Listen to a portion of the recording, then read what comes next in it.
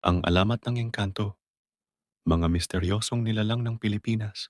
Ang mga engkanto ay mga espiritu o nilalang sa mitolohiyang Pilipino na naninirahan sa mga puno, ilog, bukal, at iba pang mga lugar sa kalikasan.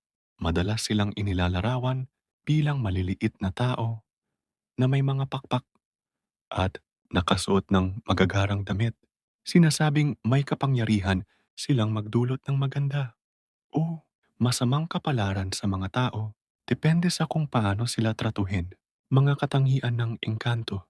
Nakatira sa kalikasan, ang mga engkanto ay malapit na nakaugnay sa kalikasan at itinuturing na mga tagapag-ingat ng mga kagubatan, bundok, at iba pang likas na yaman.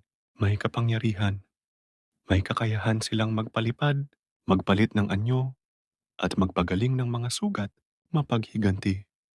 Kung sakaling maistorbo o masaktan ang mga engkanto, maaari silang maghiganti sa mga tao sa pamamagitan ng pagdudulot ng sakit, kamalasan o iba pang mga kaparusahan. Mapagbigay sa kabilang banda, kung ang mga tao ay magpakita ng respeto at paggalang sa mga engkanto, maaari silang magbigay ng mga biyaya tulad ng swerte, yaman at magandang ani.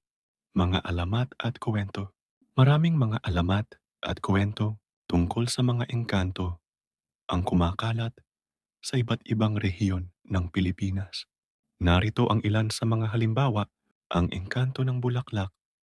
Sinasabing may mga engkantong naninirahan sa mga bulaklak, lalo na sa mga orchid. Kung mayroong taong kukuha ng bulaklak na ito nang walang pahintulot, maaaring magalit ang engkanto at magdulot ng masamang kapalaran. Ang engkanto ng ilog. Maraming mga kuwento tungkol sa mga engkantong naninirahan sa mga ilog at sapa.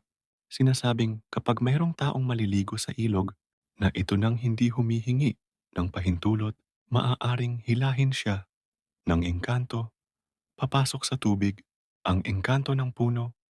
May mga engkantong naninirahan sa mga malalaki at matatandang puno.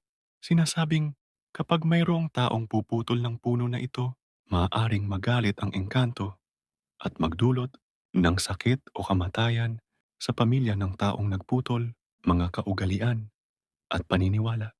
Dahil sa takot sa mga engkanto, maraming mga Pilipino ang may mga kaugalian at paniniwala na nauugnay sa mga ito. Halimbawa, pag-iingat sa kalikasan. Maraming mga Pilipino ang nag-iingat sa kalikasan dahil sa paniniwalang may mga engkantong naninirahan dito. Pag-aalay ng mga handog, nag-aalay ng mga pagkain, at inumin ng ilang mga tao bilang paggalang sa mga engkanto. Pagsasabi ng mga dasal, may mga dasal at anting-anting na sinasabing nagbibigay ng proteksyon laban sa mga engkanto.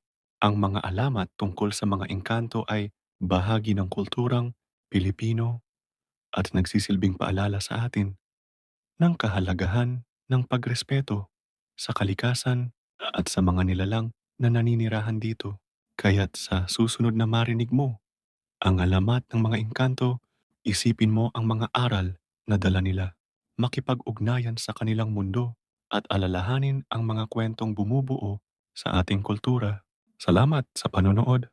Huwag kalimutang mag-subscribe sa aming channel para sa iba pang mga kwento at kaalaman.